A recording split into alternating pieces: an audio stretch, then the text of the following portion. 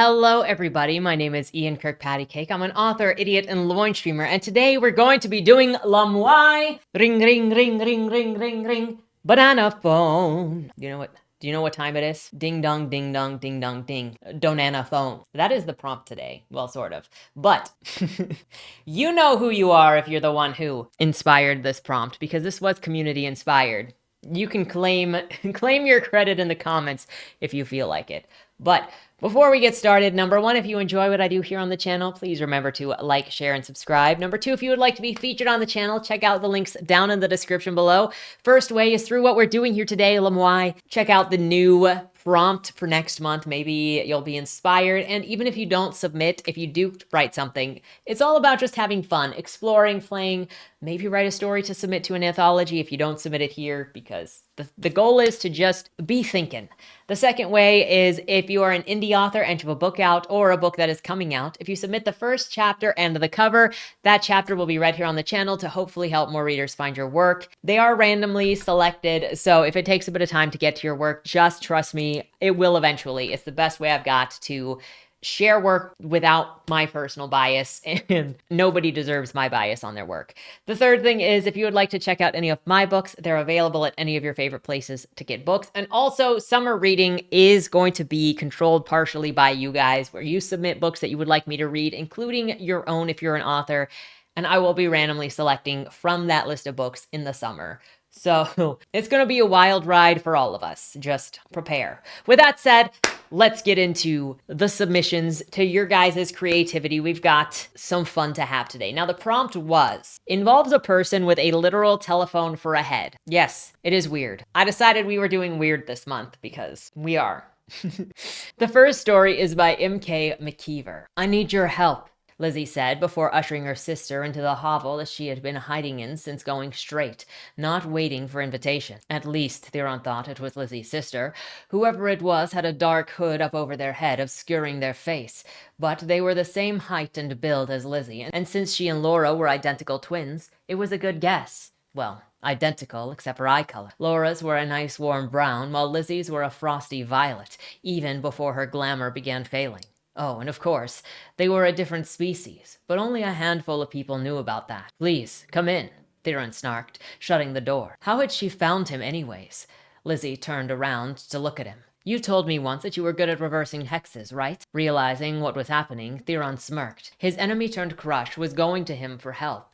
Oh, he was going to have fun with this. Oh, hero, I can reverse more than mere hexes, he said, making a show of inspecting his nails before remembering who he was talking to. Knowing Lizzie, she was about to run afoul of some ogre or break into one of those lower courts. His new life already had enough trouble without him dragging her into her crusade. Dropping his hand, he raised an eyebrow. Why? What do you want? Lizzie turned back to the person who had come with her. Laura.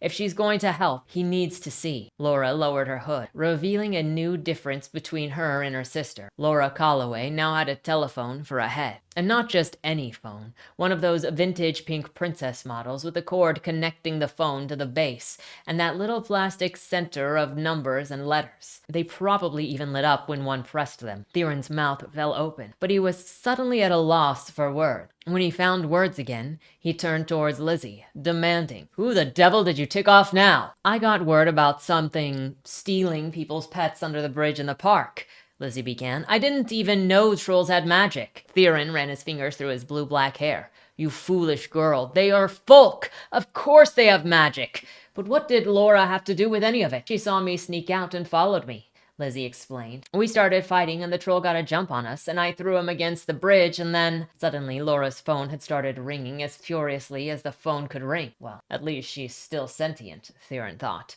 That was a good sign. I know, I'm sorry, Lizzie said, her voice on the edge of tears.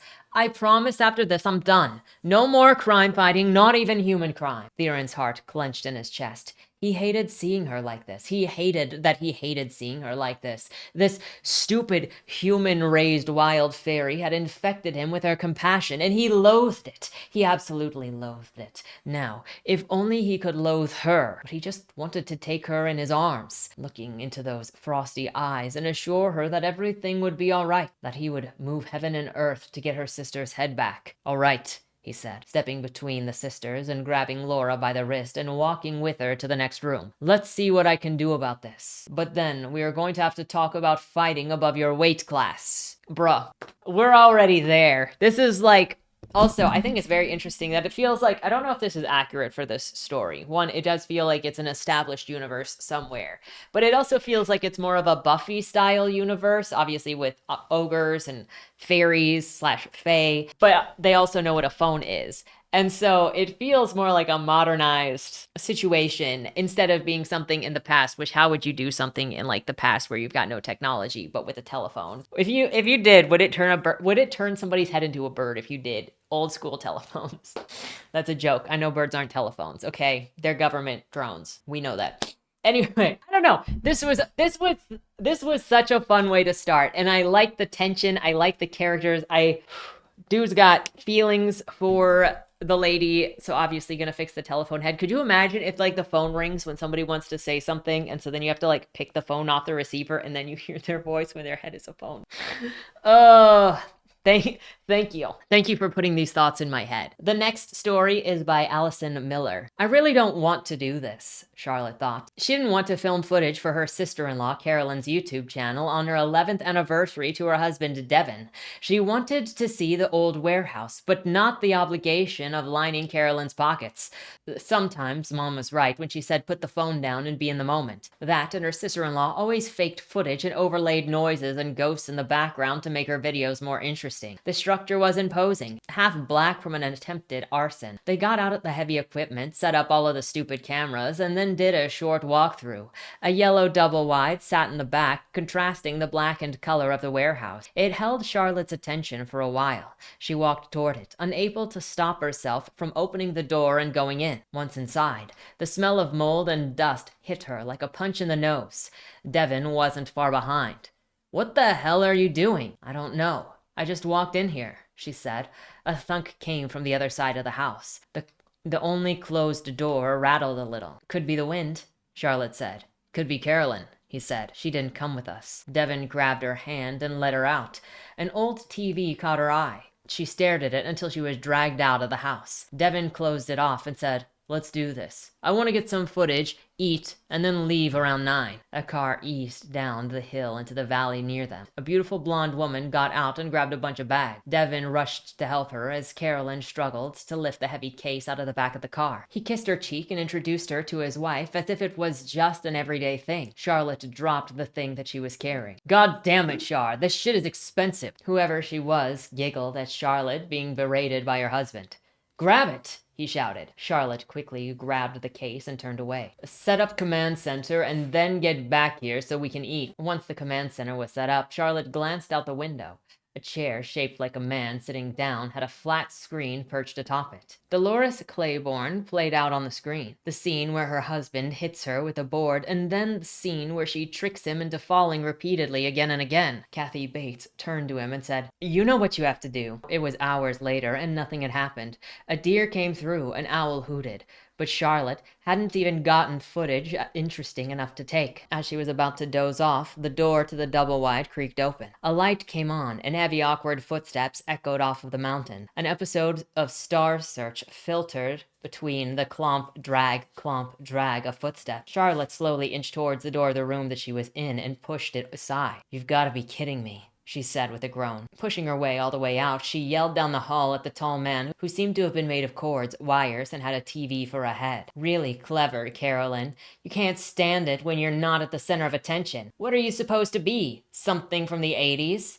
The TV turned to her and played a video of her in her room, a bottle of pills in her hand, crying and clutching a bottle of whiskey. "This isn't funny, Carolyn," Charlotte said, pulling at the mask. The screen fell off, and a human skull shone underneath. Blood dripped from the now skinned face, spurting all over Charlotte. Dropping the screen, she attempted to run, tripping over the cord stretched out over the hallway. "Devin!" she shouted as the cords wrapped around her wrists and ankles. She was lifted off the floor, turning to see the TV man put his screen back on upside down. Blood dripped over the inverted face of Ed McCohen, and the cords wrapped around her neck and mouth. She kept calling Devon, only being greeted with an exasperated shouting. They dropped her onto the floor and let her scream as they dragged her into a room, suspended her upside down, and played the worst moments of her life out for her. After what had to have been hours of every hit, slap, and gaslighting moment played out, she was set free. It was daylight as she wandered out into the open. She could only see in the black and white. Her car was gone. The cameras were destroyed, and she couldn't find her husband anywhere. Taking a long walk up the hill, she flagged a car down. She got out of the hotel that they were going to check into, blinking black and white before fading into the doors. There he was. Some girl underneath him with her ankles up around her head. Lifting up off her feet, she let her cords out, tying both of them to the bed. One of her cords retrieved a lighter from the nightstand, held it under the sprinkler and waited. When nothing came out, rage filled her, wrapping the cords tighter around the couple.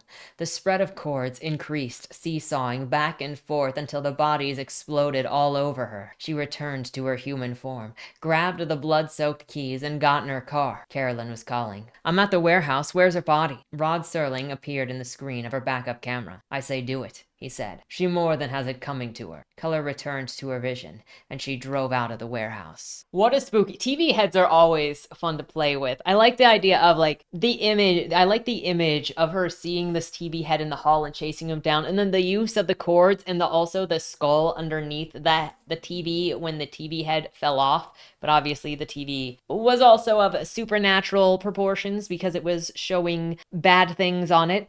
A very creative use also of the spooky house. Also, just not something anybody wants to run into when they are just doing anything. The next story is by Mae Tanner. It's called Communicator. Grand City, early summer. Argyros leaned back in his chair and stretched, rolling his shoulders. He took one last look through the electron microscope at his invention and smiled to himself. He'd make millions with this. Carefully, he transferred the device into a container for transportation and called the prison infirmary. The receptionist answered his call. Grand City Correctional Facility. You've reached the infirmary. How may I help you? Hello. My name is Argyros. I've purchased an option on a condemned convict, and I am ready to have the implant installed. Okay. The subject will be ready for collection within days. Ah. You don't understand. I'm an inventor and have a modified implant I want used. I have it ready to deliver now. If possible, I'd like to watch the operation. One moment, please. The receptionist put him on hold. Argyros tapped his finger while he waited. A woman's voice came on. Hello. This is Dr. Janalis Titanus. The receptionist explained your request. What exactly have you done to the modified implant you want us to use? I've added a communication to it. The implant lets the recipient send and receive calls. Its base functionality remains unchanged. We'll have to keep the subject here until we're sure the implants work normally. This may take weeks. That's acceptable. May I watch the operation? Dr. Titanius sighed. I suppose we can allow that. Please deliver the implant by this afternoon. Midsummer. Argyros' communicator beeped. Hello? This is Dr. Janalis Titanius. Your subject is ready for collection. A smile spread across his face. It was about time. Thank you. I'll come right away. When he reached the facility, a guard escorted him to Dr. Titanius' office. She sent a file to his notebook. Look over that file at your leisure. I want to discuss some problems that we had with the subject. She folded her arms across her chest. Positioning the eye components proved problematic. We feared for his sight, so we left the bandages on for 2 weeks. I can't recommend widespread use of your invention. Argyros frowned. A communicator without visuals would be less useful. If you're determined to market your invention, I recommend you limit it to vocal calls. No need to expand it further. Do the visuals work? She rubbed her temples. Yes, the patient has reported access to news videos. He smiled tightly. Then I count that part of the implant a success. May I take the subject home for further testing? She glowered at him for a moment before pressing the button. We gave him the standard background. You can use a scriber if you want to change that. A man entered the room. Argyros barely recognized him. He'd only seen the man on the operating table before. The doctors had shaved his head then, but his hair was now growing back. The man bowed. Hello, sir. My name is Wennis. A week after Wennis moved in, Ergiros began testing the communicator installed in the man's head. The implant worked to send and receive calls, and Wennis assured him that the visual component functioned properly. Despite that, receiving a call was unsatisfactory, as he couldn't see the caller's face, like he could with a normal communicator. Argyros ultimately considered the implant a success. He prepared to submit his invention to a patent office. Late summer. Sir, I think you need to watch the latest news report. Argyros glanced up from his notepad and frowned at Wennis. Can it wait until we're done here? This is important. Just watch the last minute of the video newscaster Zalara just released. He sighed and pulled out his communicator. He'd love to watch the news with no need for separate devices. When he found the newscast Wennis mentioned, he sped forward to the last minute. He smiled at the sight of the shapely newscaster. It took a moment before her words registered. They call this device a disruptor, Zalara reported. Unfortunately, it fried my guard's implants. We had to dispose of them. Argyros' dream of riches dissolved. The device Zalara mentioned made his invention useless.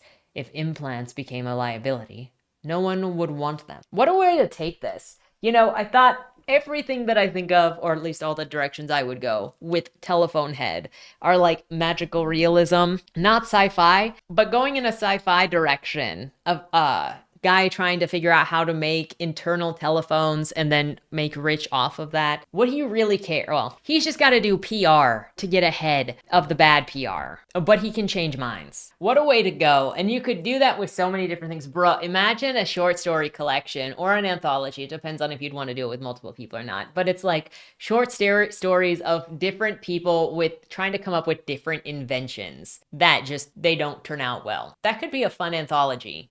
The next story is by Egao Chan called AHA. AHA, AHA, also known as Appliance Headed Anonymous, was a new but rapidly growing community of support, communal sharing, and healing in the city. Or so the poster said. Mr. Bell sat beside the gentleman with a toaster on his head. The seat on his left was empty, just like most of the seats in the circle. The organizer was another gentleman with a classical radio on his head. It was definitely a unique predicament, even compared to the rest of the group. Just from a rough look that he could count 3 members who were television-headed, 2 fan-headed, and 1 telephone-headed, just like Mr. Bell. There was a minor difference, though. The other member's head was a button phone, while Mr. Bell's was the classic dial phone. Let us begin. The organizer stood up and announced, "Today we welcome a new member to our group." He then extended his hand to Mr. Bell. "Hello." Mr. Bell stood up and bowed gently to everyone. "Thank you for having me. You can call me Dial." "Hello, Dial." The rest of the members greeted him in unison. "Okay, who would like to share first?" The organizer turned his head around. Nobody answered. It was hard to tell expressions from appliance faces, but Mr. Bell could tell that they were shy and embarrassed. Maybe it was the norm of the meeting. Or maybe it was him, the new guy there. "Anyone?" The radio head of the organizer let out static noises and sounds from random radio channels. This might be from embarrassment, stress, or frustration. Similar things happened to Mr. Bell when he was feeling those emotions. I would like to share, if I may." Mr. Bell raised his hand. "Dial, please. Do go ahead." The organizer looked relieved. It did not matter how Mr. Bell could tell. He just had this feeling. Mr. Bell stood up. For a moment, he did not know where he should put his hands, so he just made a few gestures with them, not to seem too awkward. My name is Dial. I already said that, okay. I'm an appliance head. I've been this way for quite a while. I've already gotten quite used to it. Only until recently, I started to resent how I am. It's not because of anything in my life. Not yet, but because I met someone and she made your heart ring?" A man with a television as his head asked. The rest of the group chuckled. "Please, everyone, like we agreed, no interruptions." The organizer raised his voice. "And no puns." He then turned to Mr. Bell. "Sorry, Dial. Please continue." "It's okay." Mr. Bell struggled to organize his thoughts for a bit. Eventually, he found the words. "She's my coworker. I just got assigned to her department, and we started working together. She's beautiful and kind.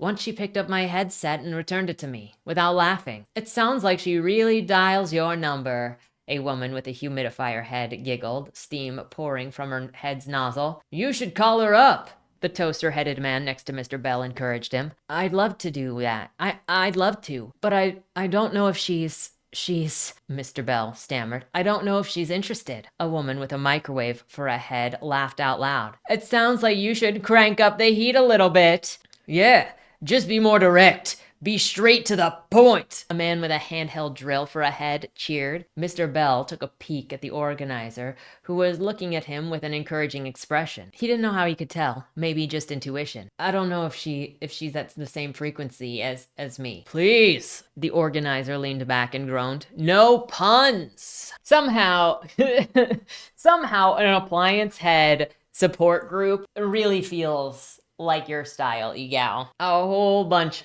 of appliance heads. Question is, if you were appliance head, what appliance would your head be? I will go either blender head or a fan head. Actually, I like the fan head, and then I can just wreck stuff. So put your put your style of head in the chat or comments, wherever you're at. The next story is by Fayanzār. Welcome back. Last night had been wild, so I woke up with my head ringing.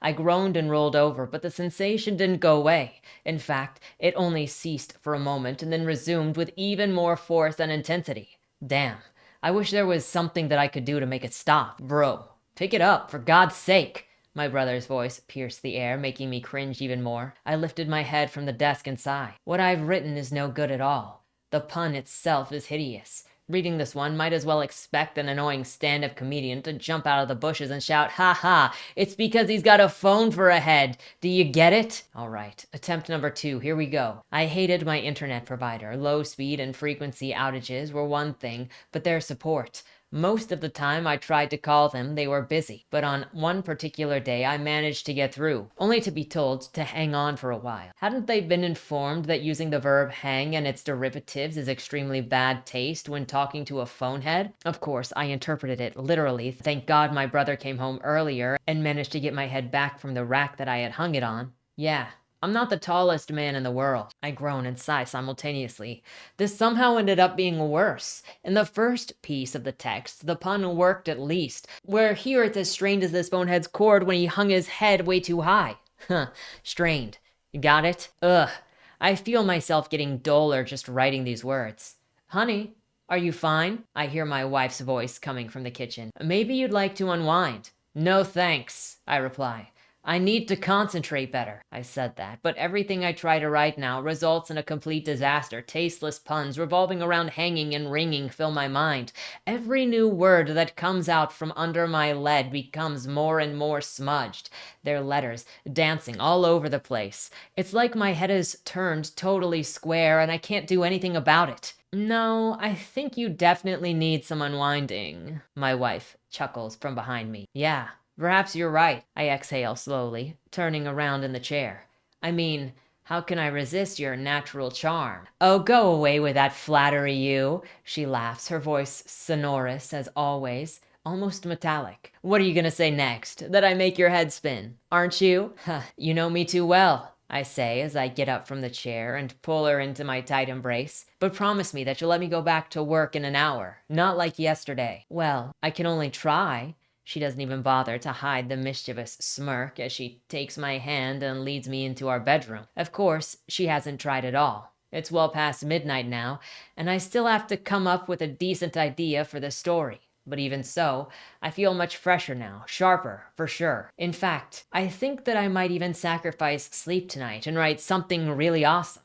After all, your writing is expected to be impeccable when you're a pencil head. Twist! Who would have expected Phonehead to be a character in a Pencilhead story? Personally, I would never guess. But how fun is that? Oh my gosh. Trying to write ringing puns. Actually, I love the ringing puns. If I wrote a story on this, it would be entirely about freaking puns as much as I could get it. Meeting the perfect guy at the club that said, "Call me baby." The telephone in the tux. Would you date a pencil head? That's the question. I do think that dating a pencil head, they're gonna be sharp. No wonder he's got his wife, because he impressed the crap out of her. What a fun story. I love these so much. The next story is by Tomas Stendahl, called Helpful Hetty. You have reached the voicemail of... Voicemail, of course. You know you'll only have one shot at this, so you wait for the beep and begin, more or less at the beginning. Hi.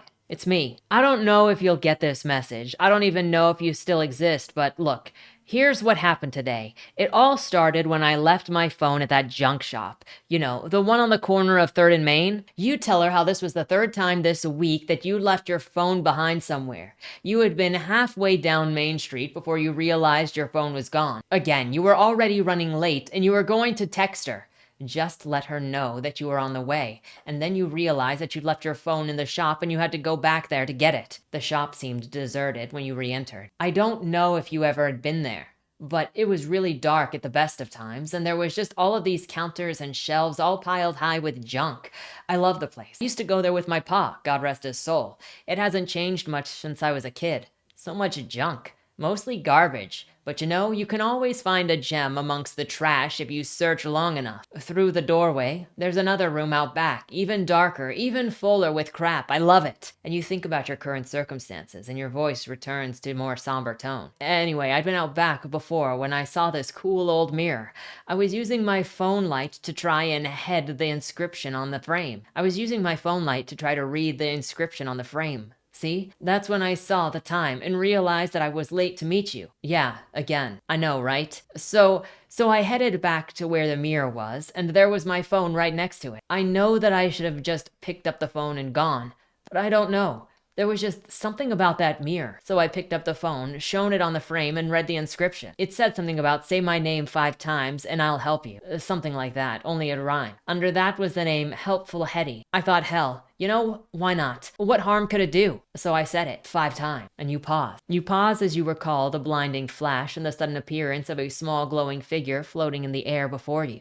She looked to be in her mid to late teens, maybe, unfeasibly large-breasted, with long blue hair tied in 2 ponytails and wearing a revealing Japanese sailor suit. She had smiled with a literal twinkle in her oversized eyes and said, "Hi, Carl. I'm Helpful Hetty.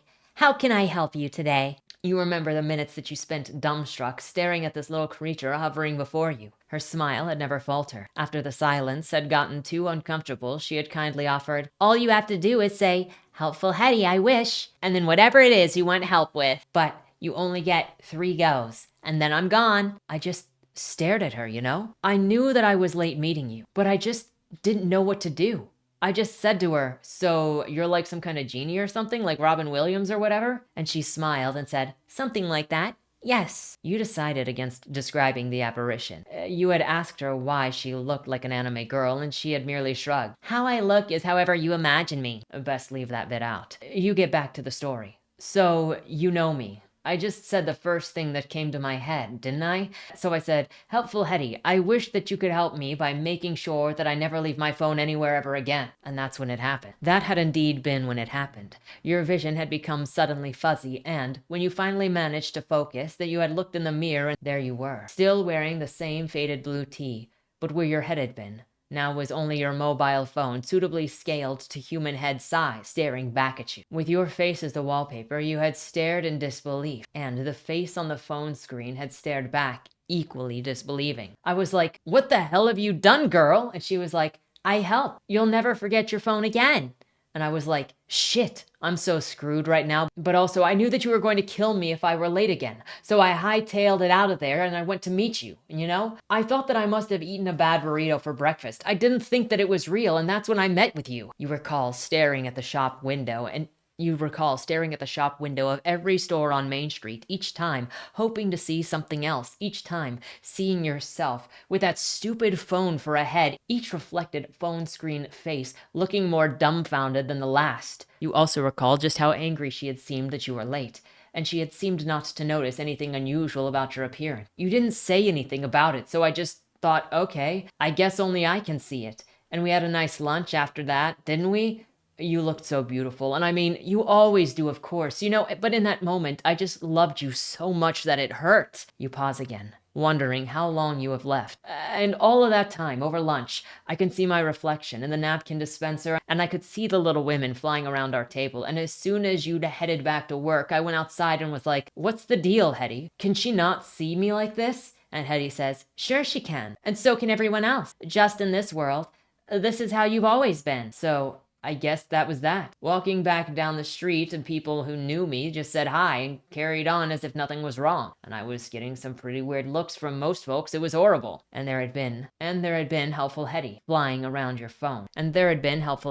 Flying around your phone-shaped head and smiling gently all at the same time. And then she said, "You don't seem very happy, Carl. I helped you. You asked for help and I helped you." So I told her, and this is not what I had in mind. Not this thing. Like, not this. And she said, "Well, I can still help you twice more before I go away. So if you want more help." Now I might not be the brightest bulb in the pack, but I'm not the dumbest either. So I was a bit more cautious here. You shake your head slowly in the void. Maybe you are. So I just waved my arm around, and meaning my head and all the stupid gawping faces and such like, and I say, "Helpful Hetty, I wish that all of this never happened." And that had been that. And here you are now in the void. Just you and your little glowing helper. Nothing else has ever happened. And your face on the screen cries. It was the first thing that you asked for, of course. Can I just wish everything back? Helpful Hetty had slowly shaken her head. "Nothing but you and me has ever existed in the history of the universe," she said. "You'd have to wish everything back in the right order and in the right place. And it would take eons. And besides, you only have one wish left." So this was my last wish. To speak to you one last time. And here I am. I know you're not there anymore. And you'll never hear this. You, along with the rest of the universe, were never there. I just wanted to call and say I'm sorry. I'm sorry I was always late and always losing my phone. I'm sorry about the universe. And most of all, I'm sorry that you never existed. You should have. You were special. You were amazing. I love you. You have nothing more to say, so you wait quietly until the beep tells you that there is no more time. The line goes dead. Helpful Hetty had disappeared, on granting your third wish, of course. You don't know whether you will live forever, or one day your battery life will reach 0%, and that'll be the end. Until then, you exist, in silence, alone. This got deep. Of course, it always goes bad when you bring in the freaking monkey paw genies. Oh, they never want to give you what you actually want, but they're worse than lawyers. They're like, I can see the wiggle room in there to not give you what you've asked for. And in fact, play tricks on you nonstop. Just like, oh my gosh. Oh my gosh. If you run into a crazy anime girl in a dark alley because in an antique shop because for any reason, not even because you left your phone, do not trust the anime girl in the antique shop. Or probably anywhere, honestly. Thomas, I think this was your first time submitting. What a piece. Check them out on, looks like Blue Sky. Though, check out everybody on their accounts because, bruh, Fayanzār is amazing, Egao Chan is amazing, Mae Tanner is amazing, Allison Miller is amazing, McKeever is amazing. Just different tastes for different folks. Do check them out. And then, of course, the last person up today, which is Alessi, which also check her out wherever she go. And her story is. The bathroom door creaked open while Joanne was brushing her teeth. "How was your day today?" she asked without looking up. As usual, Clarence didn't answer. He stomped into their shared walk-in closet. After a 12-hour shift, all Clarence wanted to do was get out of his uniform. He was selfish that way. A minute later, Joanne caught sight of Clarence's torso from the edge of the mirror. "You're just gonna stand there?" Still, he said nothing. Joanne blotted her mouth and turned around. "Oh my God, Clarence, what happened to your head?" There was no explaining it. Her husband's head had been replaced by an old-fashioned rotary phone. "How?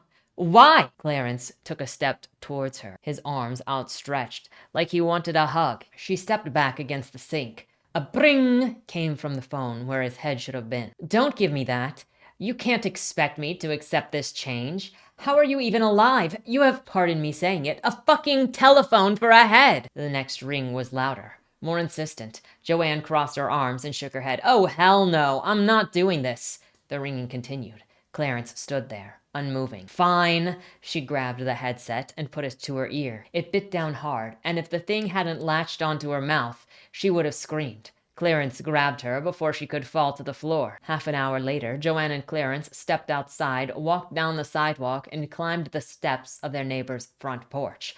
Joanne knocked on the door. Her neighbor, Lily, opened it. "Oh my God, Joanne, what happened to your head?" Oh my gosh, is this like a cross between telephone heads and zombies where when you get bit, you become a telephone head? Guys, I think we have the new zombie revolution that needs to happen to revitalize the zombie genre. It's telephone. phones. With can you imagine how creepy it is to, like, if you take a phone off a receiver and it's got teeth?